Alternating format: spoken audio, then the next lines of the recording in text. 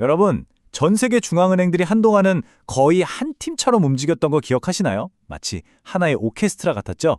근데 그 시대가 이제 끝났습니다. 오늘 바로 그 얘기를 해보려고 하는데요. 왜 갑자기 이 중앙은행들이 서로 다른 길을 가기 시작했는지 그 거대한 경제적 분화의 속사정을 한번 깊숙이 들여다보겠습니다. 시작부터 좀 무서운 경고죠. 한국은행의 이 보고서는 그냥 나온 말이 아닙니다.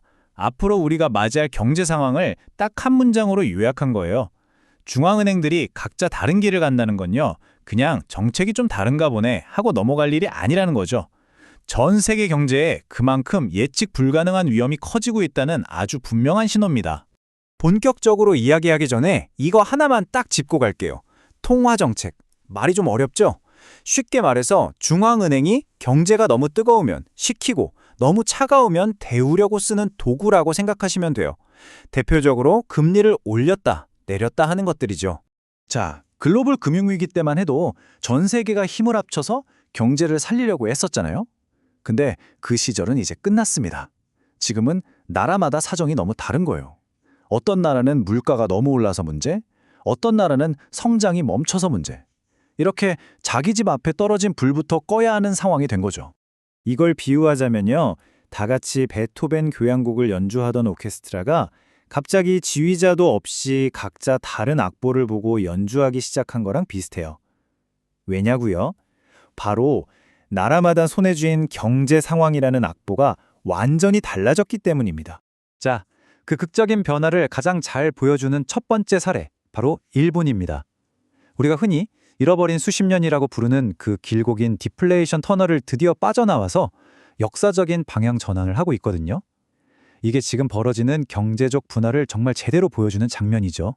일본이 얼마나 대단한 결정을 한 건지 알려면 이 역사를 잠깐 봐야 해요.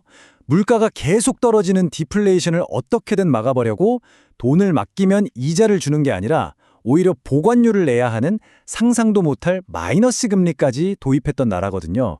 근데 그런 일본이 이제 정반대로 금리를 올릴 준비를 하고 있다는 겁니다.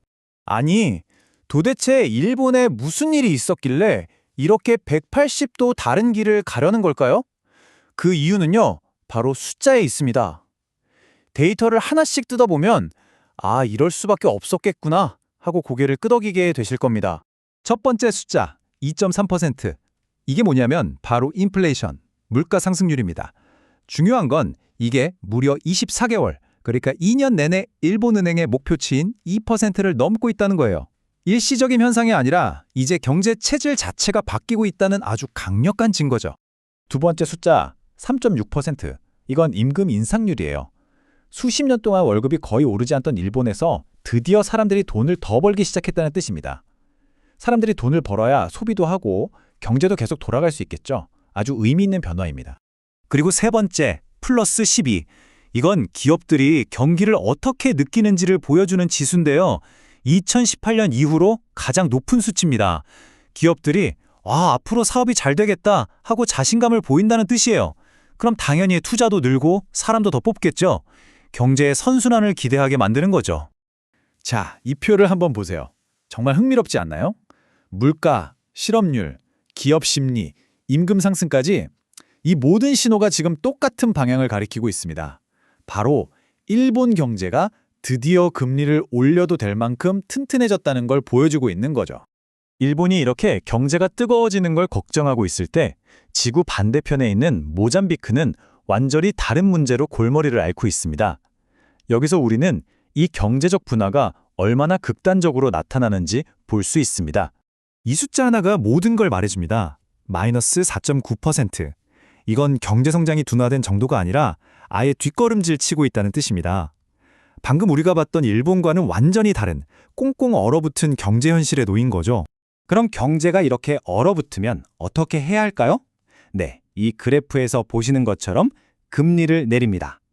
어떻게든 경제에 따뜻한 돈을 돌게 해서 성장의 불씨를 살리려고 하는 거죠. 일본과는 완전히 반대되는 처방을 내리고 있는 겁니다. 자, 그럼 왜 이렇게 다른 길을 가는 걸까요? 간단합니다. 중앙은행을 경제의 의사라고 한번 생각해 보세요. 환자가 감기에 걸렸는지 아니면 배탈이 났는지에 따라 처방이 달라지는 건 너무나 당연하잖아요? 바로 이 지점에서 두 나라의 운명이 갈리는 겁니다.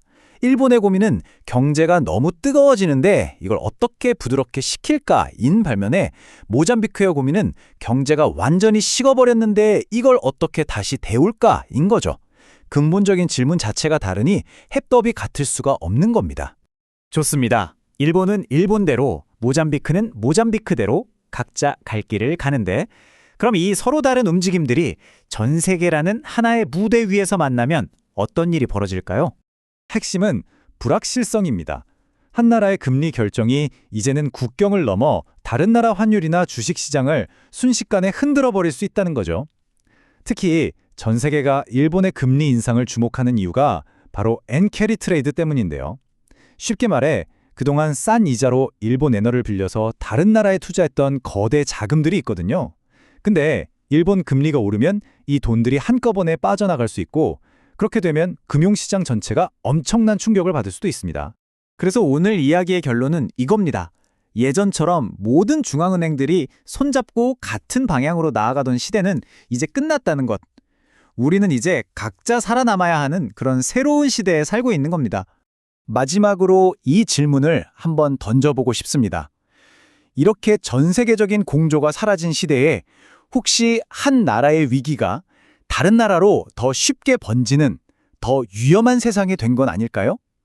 이 새로운 경제 질서 속에서 우리는 과연 무엇을 준비해야 할까요?